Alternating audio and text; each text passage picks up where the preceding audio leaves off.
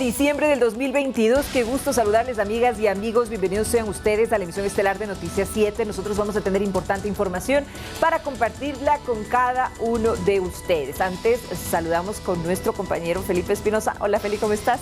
Pero querida amigos televidentes, sean todos ustedes bienvenidos y como cada noche agradecerles por permitirnos ingresar a sus hogares y llenarles de información estos 60 minutos. ¿Qué tal tus navidades? Excelentes en familia, con mi hija pequeña, por supuesto, disfrutando, más que nada compartiendo con los seres queridos, que es lo que más uno tiene que tener en el corazón. Ese es el sentido de la Navidad, correctamente. Bien también, muy lindas. Hacemos una invitación, amigos, para que nos puedan sintonizar como siempre a través de www.eltelegrafo.com.es. Recuerden que somos retransmitidos por Radio Pública FM y también nos pueden seguir a través de nuestras redes sociales. Vamos enseguida a revisar los titulares. Bienvenidos.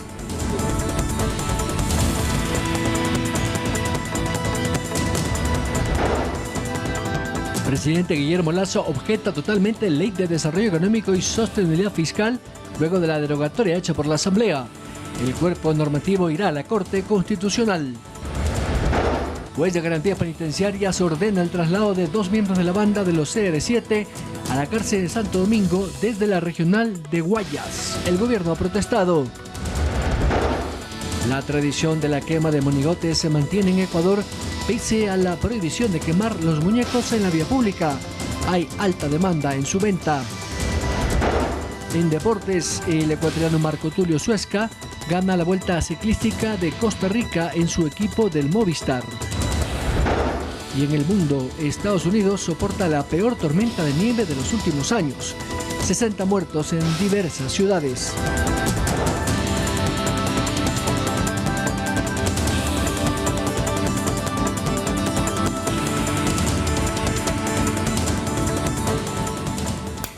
Enseguida con los detalles de la información nacional, amigos. El presidente Guillermo Lasso vetó totalmente por inconstitucionalidad e inconveniencia el proyecto de ley derogatoria a la Ley de Desarrollo Económico y de Sostenibilidad Fiscal.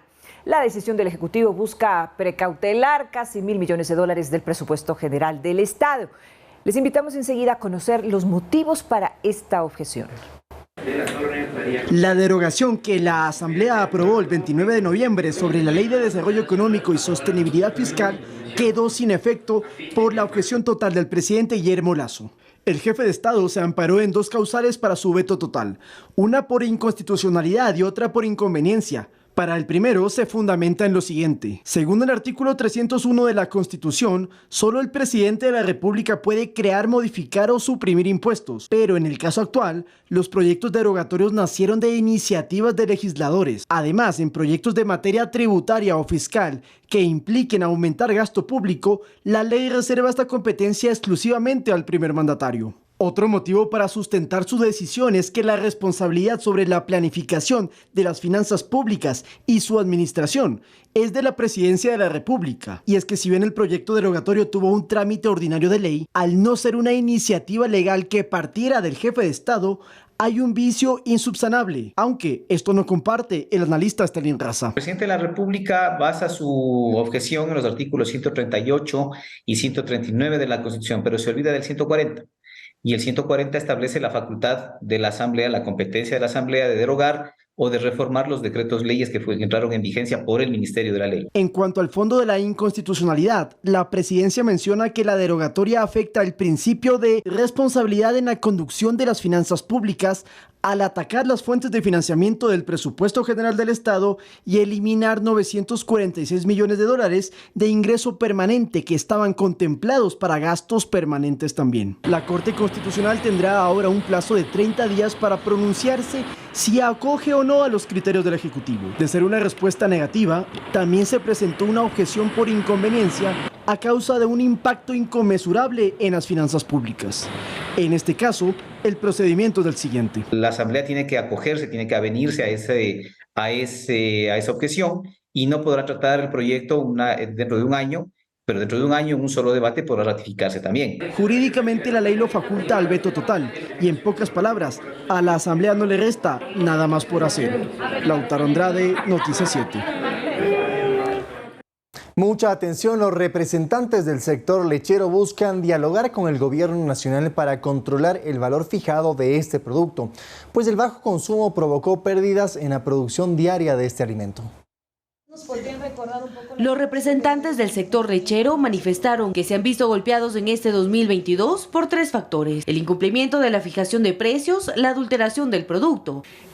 Con este excedente de leche que no está asumiendo en el desayuno escolar, con esta introducción de suero, lo que termina pasando es que el productor y este microproductor comienza, por un lado, a recibir menos precio y por otro lado, a comprársele menos cantidad. Parte de la problemática se encuentra en la adulteración del producto con el abuso y mal uso del suero de leche. Que demuestran la adulteración el mal uso del suero líquido de leche en los productos mal llamados bebidas lácteas. Según el Ministerio de Agricultura y Ganadería, en cuanto a los controles, se están realizando las inspecciones correspondientes. Pero necesitamos que las acciones que tienen una integralidad institucional, es decir, que hay otras instituciones que deben actuar.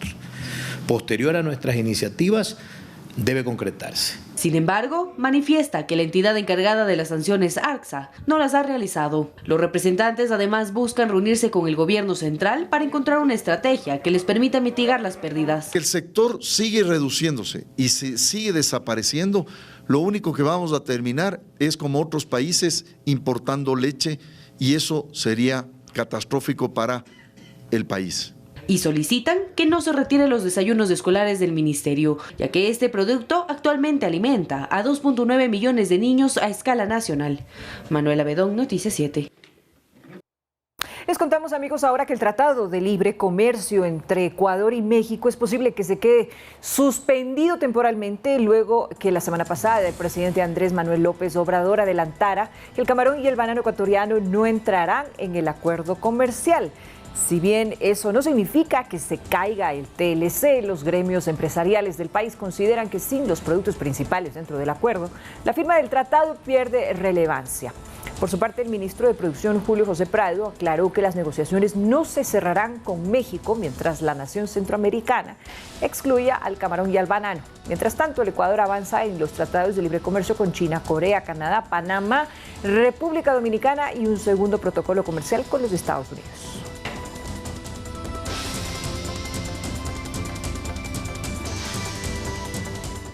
(19:08). El COE cantonal de Colta, en la provincia de Chimborazo, decidió suspender las actividades turísticas en la laguna por 60 días tras el naufragio de un yate el pasado sábado. Una embarcación turística con aproximadamente 40 pasajeros se hundió en la laguna de Colta, provocando la muerte de 3 personas, 2 de ellas menores de edad. Durante la suspensión se buscarán recursos económicos que permitan ejecutar algunos trabajos y acciones que, según el informe, hacen falta para el funcionamiento correcto de las embarcaciones, además de dar mantenimiento a las embarcaciones e implementar canoas pequeñas de seguridad para que acompañen a los viajes que se realizan en los botes.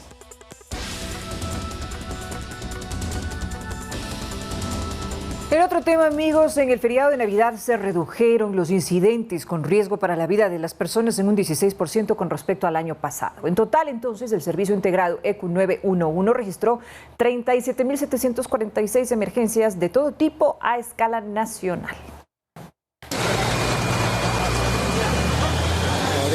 Este bus se volcó en el kilómetro 44 de la vía del Triunfo Virgen de Fátima, en la provincia de Guayas, a pocas horas de la Nochebuena. Por este accidente, 10 personas resultaron heridas y una falleció. Y esta es una de las más de 37.000 emergencias suscitadas en el feriado de Navidad. Otra de las más relevantes fue el taxi que se impactó contra una vivienda en el sur de Quito, o el bus interprovincial que en el norte de la capital se volcó y dejó otra decena de heridos.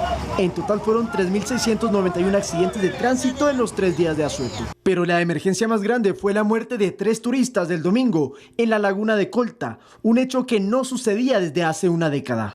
Pero en cuanto a cifras de este feriado, el ECU 911 informó que los incidentes de clave roja, como se denominan a los de mayor peligro en la vida de las personas, fueron un 16% menor a los del 2021, con 1.525 en este año.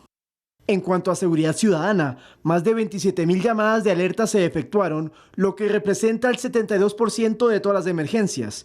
Y en esta estadística se incluyen eventos vinculados al alcohol, drogas, libadores, asaltos, escándalo público, entre otros. Mientras que sobre el tránsito, los choques, volcamientos y estrellones equivalen al 9,8% de emergencias en feriado. Y tan solo en Quito hubo 34 accidentes que cobraron la vida de 8 personas. Por eso el mensaje de las autoridades para el feriado de fin de año es tener mucho más cuidado y que las fiestas no terminen en tragedia. Lautaro Andrade, Noticias 7.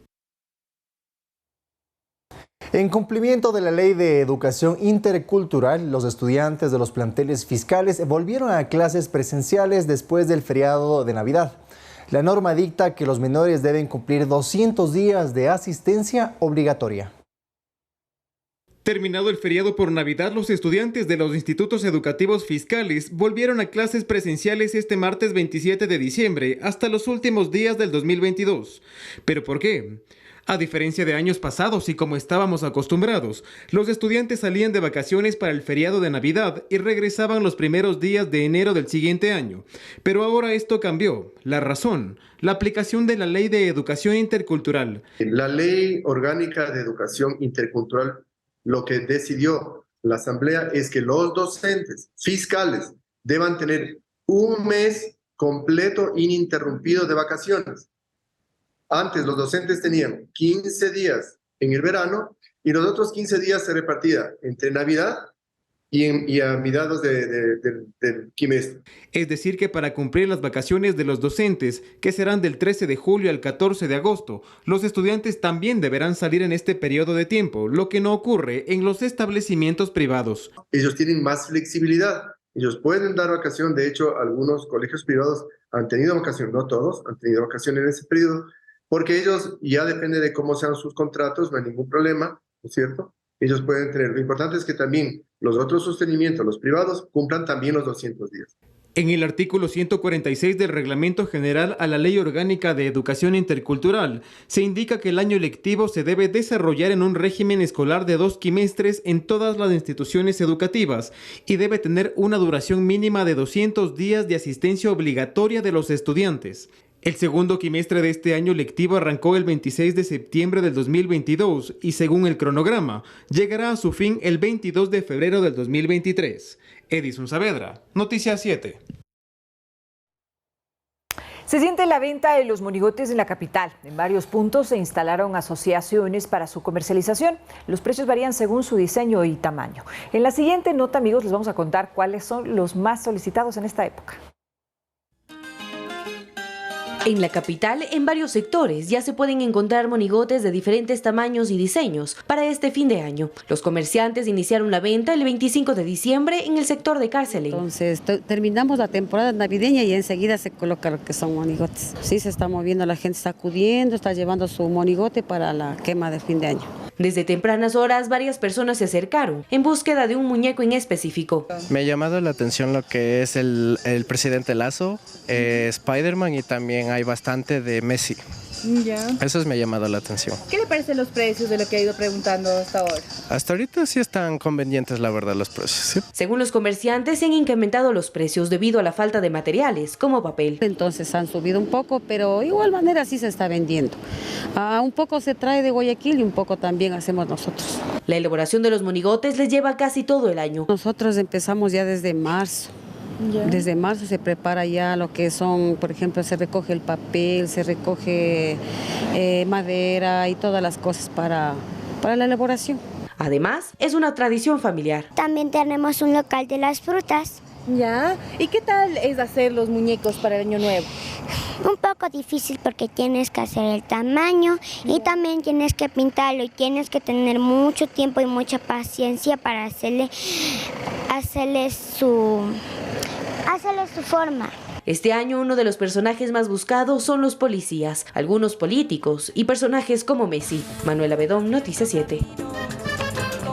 Amigos televidentes, nos vamos a una pausa, pero al regreso le contamos que la Cámara de Comercio de Guayaquil lanzó la campaña Te Vendo a Guayaquil 2023. Con esta iniciativa se busca impulsar el turismo. Más detalles en pocos segundos.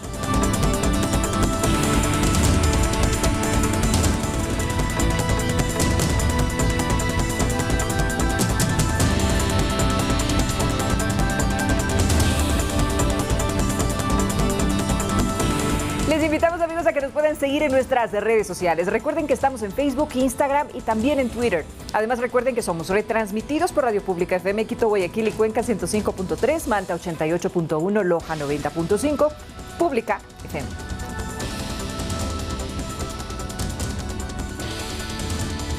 Vamos con más información, amigos televidentes. Le contamos que un juez dispuso prisión preventiva para una de las involucradas en el secuestro de un bebé de tan solo 3 meses de edad en Quinindé, Esmeraldas. El menor fue localizado y rescatado gracias a la activación de la alerta Emilia. Durante la audiencia de formulación de cargos, un juez acogió el pedido de fiscalía y dictó una orden de prisión preventiva contra Heidi P. de 31 años, mientras que Edison Q. de 48 deberá presentarse periódicamente ante la autoridad y tiene prohibición de salida del país. Ambos están involucrados en el secuestro de un bebé de tan solo 3 meses de edad llamado Liam, que le fue arrebatado a su madre el pasado 25 de diciembre en Quinindé. El hecho sucedió cuando la madre de Liam visitaba un local de ropa en la ciudad esmeraldeña, cuando fue abordada por 2 mujeres que le ofrecieron ropa a crédito. Cuando la madre entró al vestidor para probarse la ropa, las supuestas comerciantes se ofrecieron a vigilar al bebé. Cuando salió, ya no estaba ni su hijo ni las mujeres. Supuestamente que tenía ropa para mi hijo para venderme. Entonces yo salí con ella a comprarle la ropa, yo me estaba cambiando y cuando ya salí ya no estaba. Inmediatamente se activó la alerta Emilia, donde se logró localizar al menor en una vivienda de 2 pisos en el barrio 15 de marzo.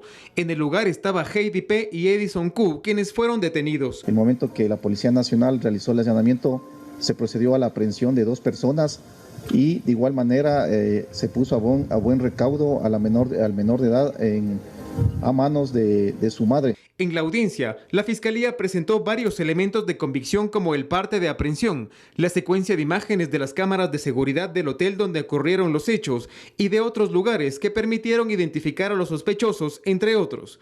La instrucción fiscal durará 30 días. Según el Código Orgánico Integral Penal, el delito de secuestro está tipificado con una pena privativa de libertad de 5 a 7 años. Edison Saavedra, Noticias 7. 19:20, un agente penitenciario ffue asesinado lamentablemente en la cárcel del Rodeo en Portoviejo. Así lo confirmó el Servicio Nacional de Atención Integral a Adultos Privados de la Libertad y Adolescentes Infractores, SNAI. El hecho ocurrió la noche de lunes cuando el interno Miguel S. atacó aparentemente sin razón al guardia Cristian Suárez, quien tenía menos de un mes de servicio, pues era recién graduado. Suárez, de tan solo 21 años de edad, falleció 5 horas después y ya este martes en el hospital por la herida de arma blanca que recibió. El SNAI señaló que este es un incidente aislado y no producto de un amotinamiento en el centro penitenciario El Rodeo. Miguel S. fue procesado esta tarde como presunto responsable del asesinato en mención.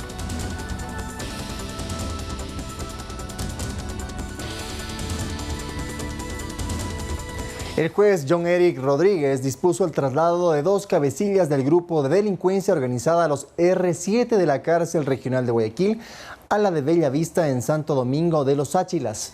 Se trata de alias Negro Ángelo y Kevin Javier Manzaba, quienes también son considerados los responsables de la muerte de 40 personas privadas de la libertad en los amotinamientos de Santo Domingo. El SNAI agregó que pedirá la revocatoria de la decisión del juez de Rodríguez, pero agregó que es necesario que la justicia actúe con responsabilidad, pues con esa decisión se pone en riesgo la seguridad al interior de los centros de rehabilitación social.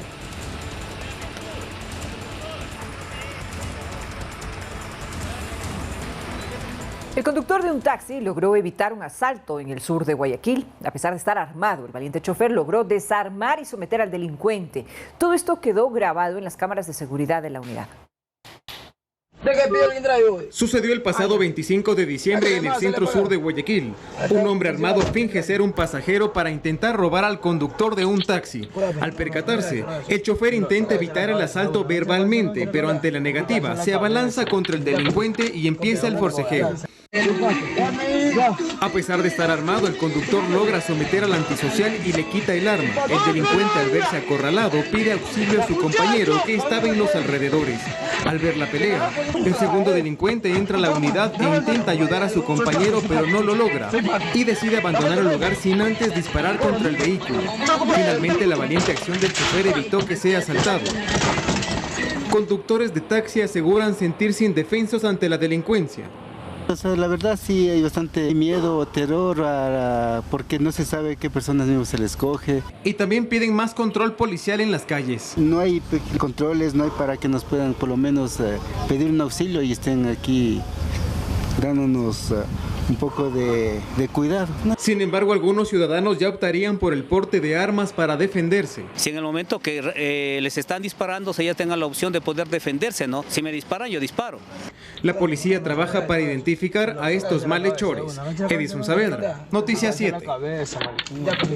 Un tribunal penal presidido por la jueza Sara Costales analiza el cumplimiento de la reparación integral dictada en la sentencia condenatoria en 2017 en contra de Jonathan Carrillo en el caso de la desaparición de Juliana Campoverde.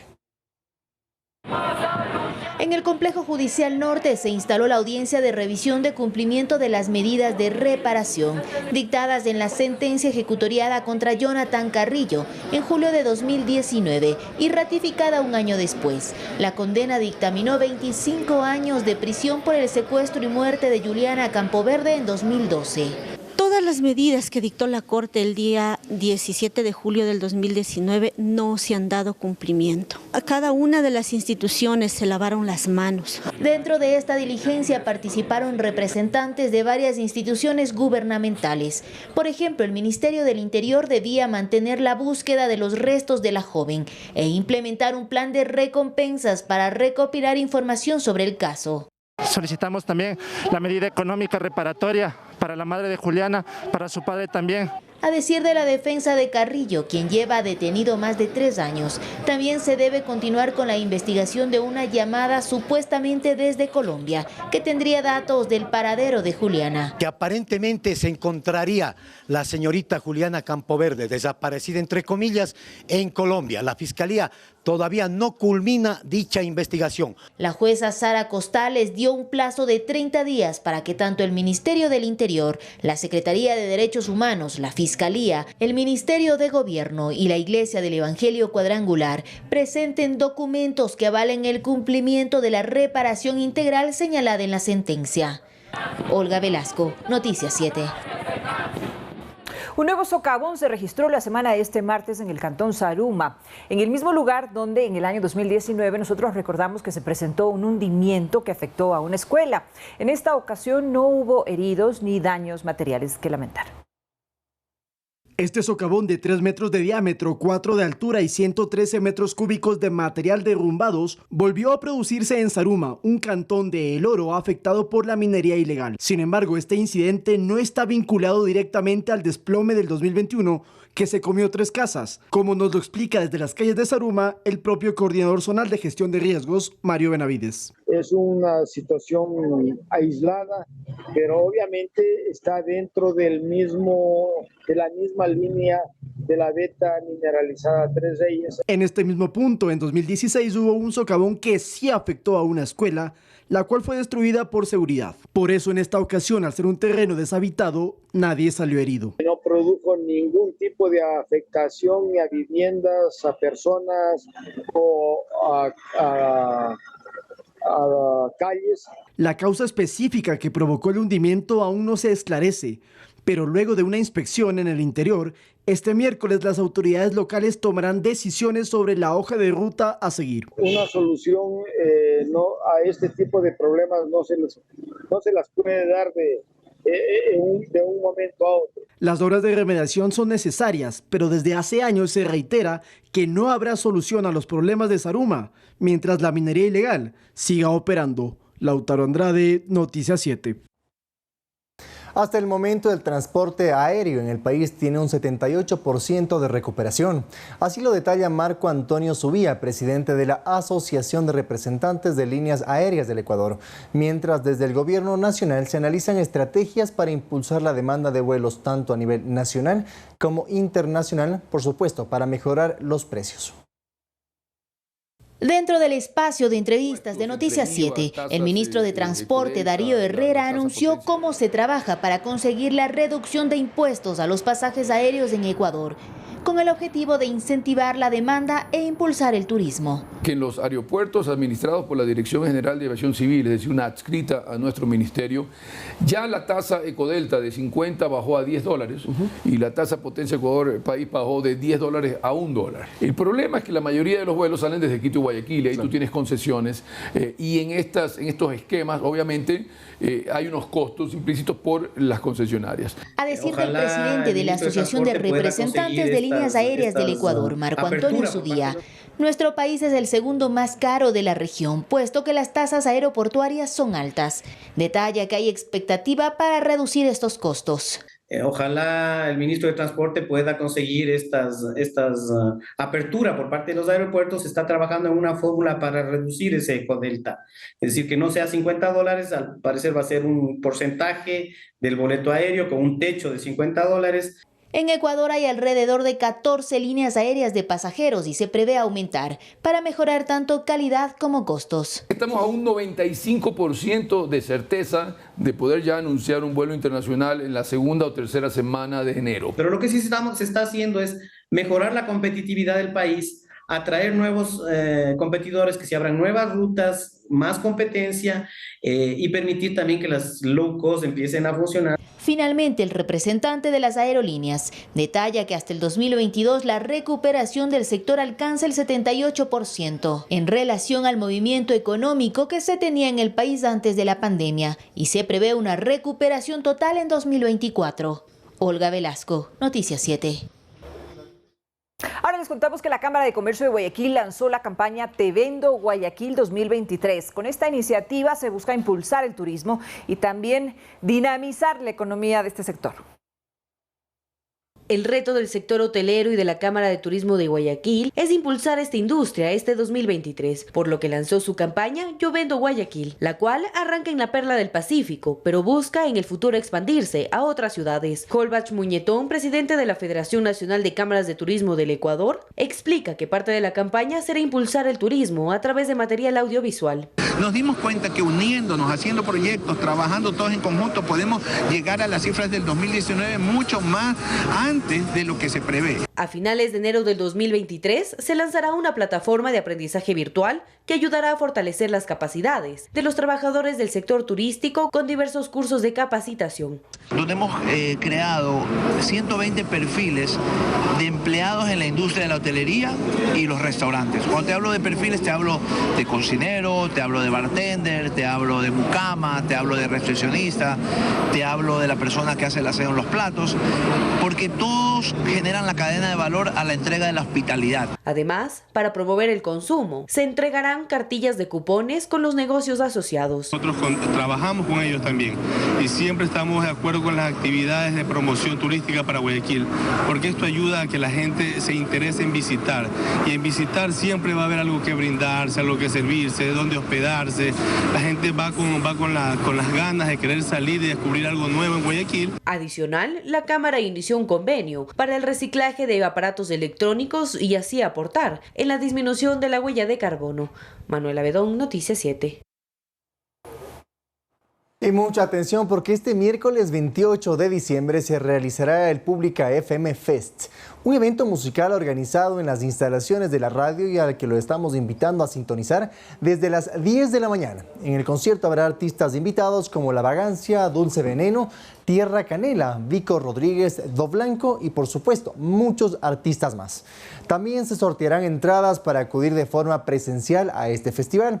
Así que la invitación, amigos, ya está hecha para que mañana a través de la 105.3 usted sea parte también del Pública FM Fest.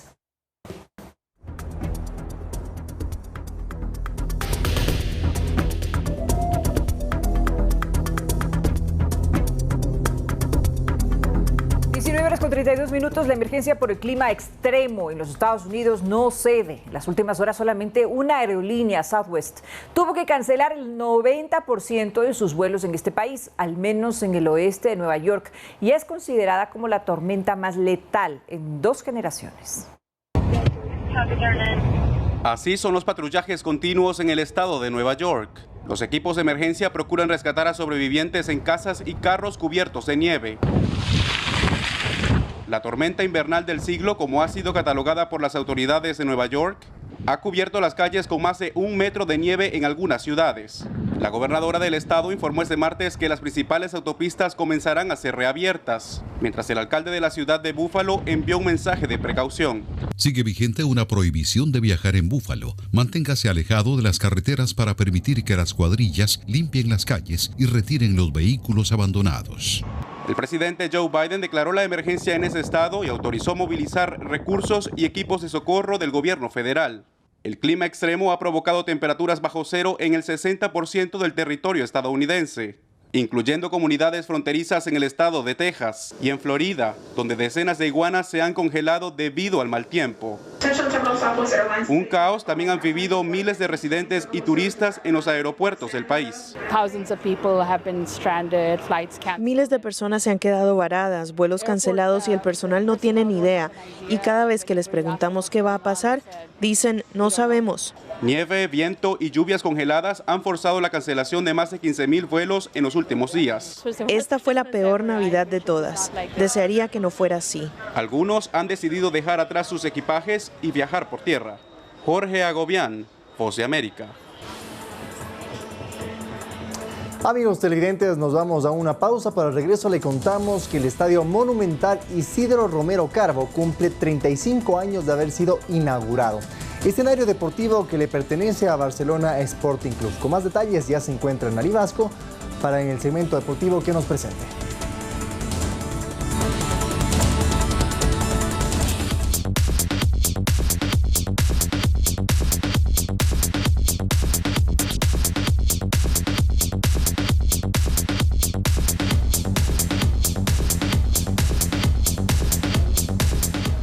(19:36), amigos televidentes. Del segmento más esperado con todos ya se encuentra Analí Vasco, y es que este fin de semana se desarrollaron algunos hechos y se rompieron algunos récords, por llamarlo de alguna forma, que nos va a explicar, por supuesto, en la Premier League, mi querida. Ajá, sí, importantísima la participación destacada de nuestros futbolistas, de nuestros representantes ecuatorianos. Pero ya está con nosotros nuestra querida Ani para que nos cuente exactamente los detalles del deporte. Adelante. Claro que sí, Berito, Feli, un abrazo gigante para ustedes. Qué placer estar de regreso acá en Noticias 7. También un saludo grande para todos nuestros amigos y amigas televidentes. Así es, este fin de semana en el Boxing Day de la Premier League, porque nosotros ayer y acá ya un poco se puede estabilizar la 7ª victoria del Brighton a lo largo de esta temporada. Como les decía, la Nana marcó al minuto 14, luego llegaba esta acción, ¿no? Donde impresionantemente estuvo, pero por eso es que decía Feli que sí, es un récord, nunca antes habían compartido equipo en la Premier League. Mate realmente potente, con la pierna izquierda sin dificultad alguna, con el borde interno, lo manda al ángulo porque no permitió que el guardameta reaccione de una forma anticipada y tampoco pueda llegar a la cita con el balón. Así que de esta manera se concretaba la victoria igual del Brighton de Moisés Caicedo, que a propósito llamó mucho la atención porque esta semana se dio a conocer también cuánto ganaba el niño Moy en el Brighton, y es el que menos gana en la Premier League. Impresionante, gana 14,000 libras al mes, que eso sería más o menos $16,800. Esperemos que se le haga una nueva oferta a Moisés Caicedo y algunos equipos que están tras la pista del ecuatoriano. Y también estamos acá de aniversario porque el Estadio Monumental Isidro de Barcelona Sporting Club. Muy bien, perfecto. Ahora sí, continuamos también con información porque tenemos a Lionel Scaloni, que ha confirmado también su presencia con la selección argentina. Es importante porque el presidente de la Asociación de Fútbol Argentina, Claudio Chiqui Tapia, mencionó que no tiene ninguna duda que el Scaloni se quedará de largo con la selección argentina. Ya arreglaron, ya llegaron a un consenso para su continuidad, y realmente es importante porque es el único entrenador que ha podido conseguir ser campeón de América, campeón de la finalísima y también, por supuesto, campeón del mundo en tan solo 17 meses. Así que esperemos que siga consiguiendo más triunfos con la albiceleste. Veamos la nota a continuación. El presidente de la Asociación de Fútbol Argentino, Claudio Tapia, no tiene dudas de que Lionel Scaloni seguirá siendo el director técnico del albiceleste. El Chiqui Tapia aseguró el lunes que tanto él como Scaloni se dieron el sí de palabra sobre su continuación en la selección argentina, tras ganar el Mundial de Qatar 2022.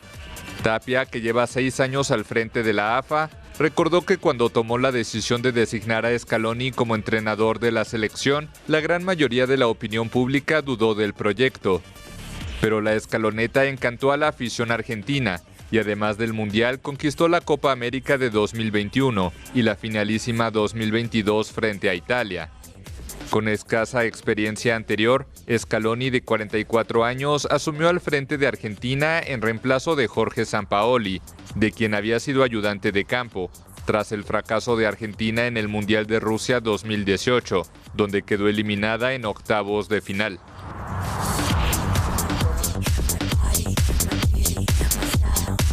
Ahora nos trasladamos al ciclismo porque ya tenemos ganador de la Vuelta a Costa Rica. Se trata del colombiano del Movistar BSPC, Marco Tulio Suezca, quien logró coronarse campeón de esta cita realmente importante en la 56ª edición de la Vuelta a Costa Rica. Marco fue el flamante refuerzo del Movistar BSPC y le dio al equipo ecuatoriano su primer título internacional. Magnífico. El ciclista de 28 años terminó primero en la clasificación general con un tiempo de 28 horas, 56 minutos y 22 segundos.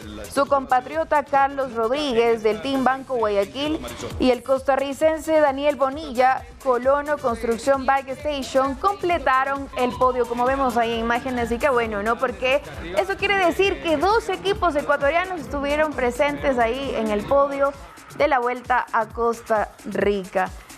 Y además que tenemos más deportes de aventura. Acá se viene la competencia más esperada del 2023. El Rey Trail Running es la carrera de la temporada y una de las más importantes en Riobamba. El lugar de concentración será en el complejo El Rey Licán de la misma ciudad. Además se abrieron ya varias categorías. Es importantísimo saber esto en damas y varones.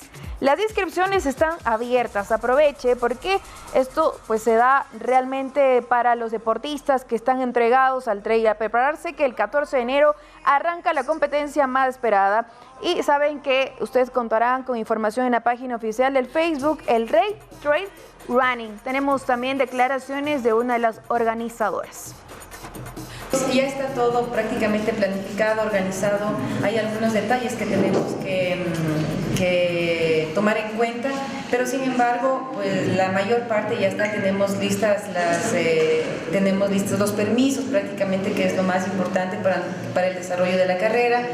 El tema de los jueces, de los cronometristas, tenemos ya la colaboración de las personas que nos ayudarán en el recorrido. Está en sus posibilidades.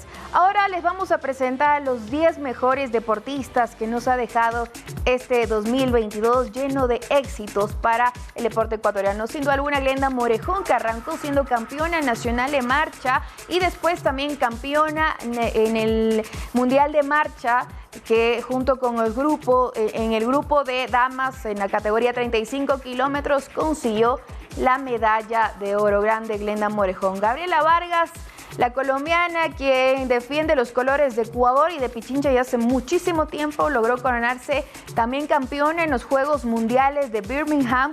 Ella ha sido la primera tricolor en lograr aquello. Lucía Yepes, la tigra, que pues nos ha sorprendido en los Juegos Bolivarianos, en los Juegos Suramericanos, consiguiendo la presea dorada.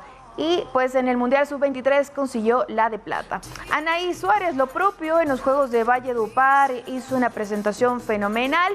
Sin duda también con el tema de postas, es una deportista muy destacada en lo individual y también en lo colectivo. Bien por Anaí Suárez, que esté dentro de este top 10. Angie Palacios, que es la hermana de la campeona olímpica, que en estos Juegos de Tokio 2020 consiguió diploma olímpico y que no ha parado de darnos muchas alegrías en los suramericanos, panamericanos, bolivarianos y también en este mundial de pesas que fue hace poco. Miriam Núñez, que a pesar del accidente que atravesó, se recuperó y consiguió medalla de oro en los bolivarianos después de su retorno a las pistas. Jorge J. Bolaños, el deportista que en patinaje de velocidad ha sido una lumbrera, porque al igual que Gabriela Vargas ha podido conseguir varias medallas de oro, ha sido un deportista que se destacó en torneos internacionales y que hoy está en la palestra. Marlon Chito Vera, que es cuarto en el ranking de la UFC, para el 2023 irá por el título mundial. Esperemos que lo pueda conseguir.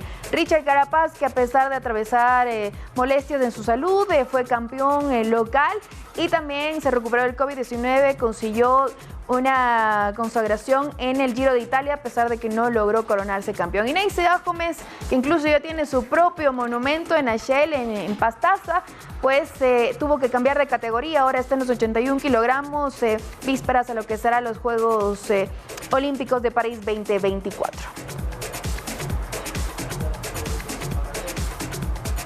Increíble, esto ha sido todo por hoy en la información deportiva. Nosotros tendremos más con ustedes a las 20 horas, así que quédese enganchado de Ecuador TV porque se viene el show de los fanáticos. Gracias por todo. Continuamos contigo, Feli.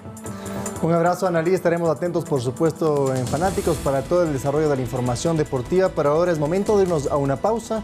A regreso le contamos y ponga mucha atención porque la ONU pide anular la prohibición talibán a las mujeres de trabajar en ONGs por sus consecuencias. Ya regresamos.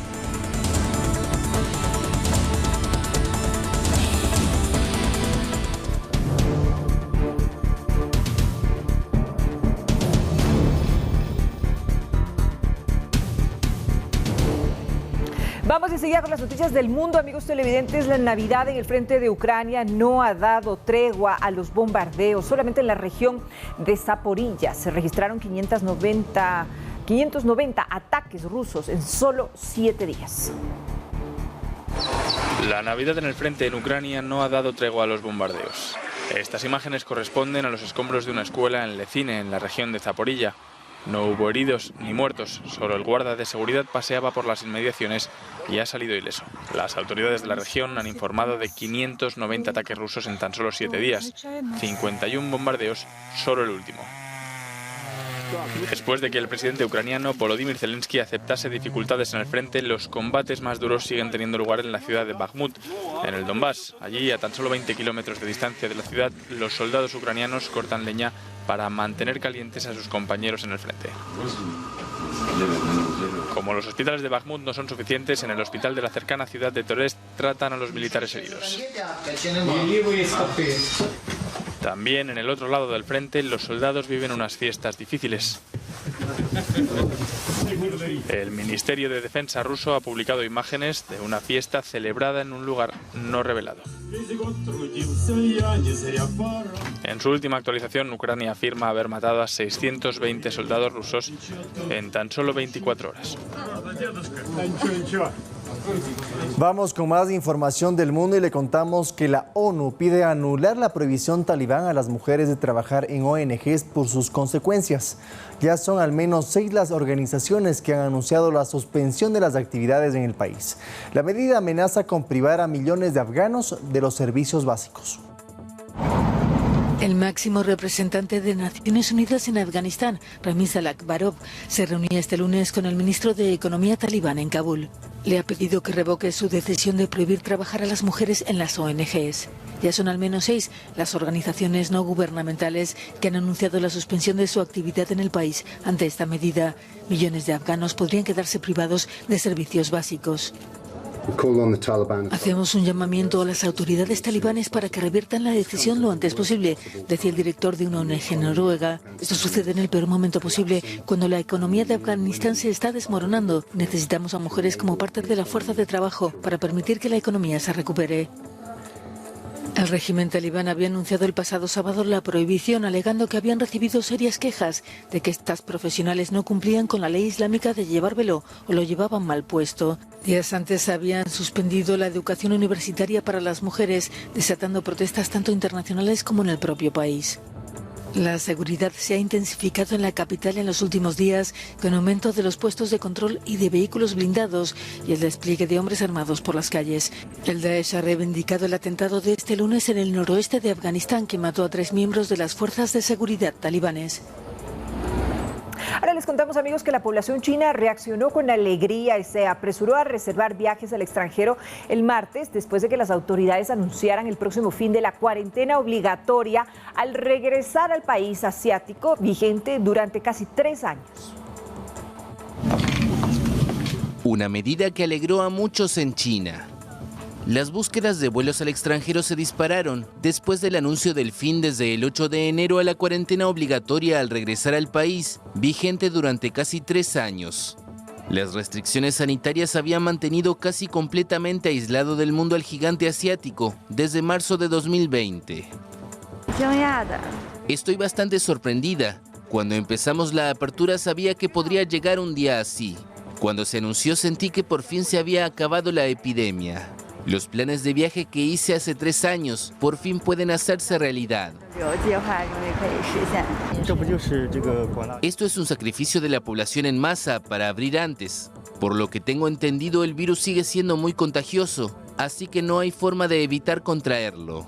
Si nos abrimos antes, quizás tengamos antes la inmunidad de rebaño. No creo que eso sea malo.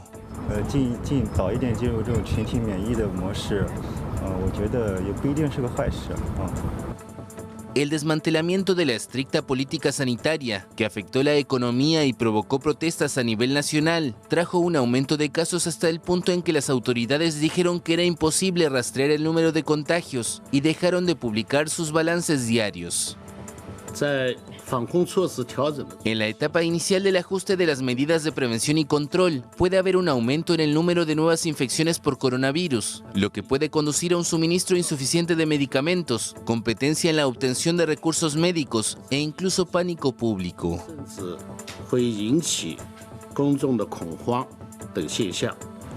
No obstante, algunos chinos podrían encontrar dificultades para viajar al exterior, como en el caso de Japón, que exigirá una prueba negativa a los visitantes que llegan de ese país. China cree que las medidas de prevención de epidemias deben ser científicas y apropiadas, y no deben afectar a los intercambios normales de personas. Este mes, China decidió terminar con la mayoría de las restricciones de su política de combate al virus, que implicaba pruebas masivas, estrictos confinamientos y largas cuarentenas en instalaciones gubernamentales. Y en México, más de 3.000 mujeres al año mueren de forma violenta. 10 mujeres son asesinadas al día desde el 2018. Solo en el Estado de México, en el 911, se ha recibido más de 52.000 llamadas relacionadas con la violencia de género. Mónica Citlali Díaz desapareció de camino al trabajo el 3 de noviembre. Su cuerpo sin vida era hallado 6 días después a un lado de la carretera. Otra presunta víctima, tristemente hay que decirlo así, de feminicidio en el Estado de México, la entidad federativa con mayor número de crímenes de este tipo en el país norteamericano.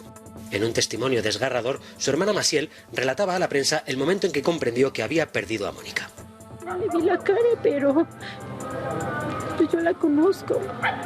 Eran sus piernitas, era mi niña, era mi hermana la que estaba ahí tirada como un bulto, como basura. Testimonios como el de Maciel y casos como el de Mónica se repiten de manera alarmante cada año en México. En 2022 tuvieron lugar más de 1.000 feminicidios, lo que no contabiliza a todas las mujeres asesinadas, más de 3.000. La media habla de 10 mujeres asesinadas al día desde 2018. Solo en el Estado de México, el 911 ha recibido este año más de 52.000 llamadas relacionadas con la violencia de género. Expertos y defensores de los derechos humanos afirman que estas incomprensibles cifras tienen mucho que ver con un machismo cultural muy arraigado en este país, así como con una desigualdad de género sistémica. Pero también denuncian con un sistema judicial muy deficiente, policías que no registran denuncias, investigaciones muy pobres y fiscales y jueces que revictimizan a las mujeres. Muchas cosas que cambiar, en definitiva, para poder decir sin miedo a equivocarse que en México una mujer no tiene nada que temer.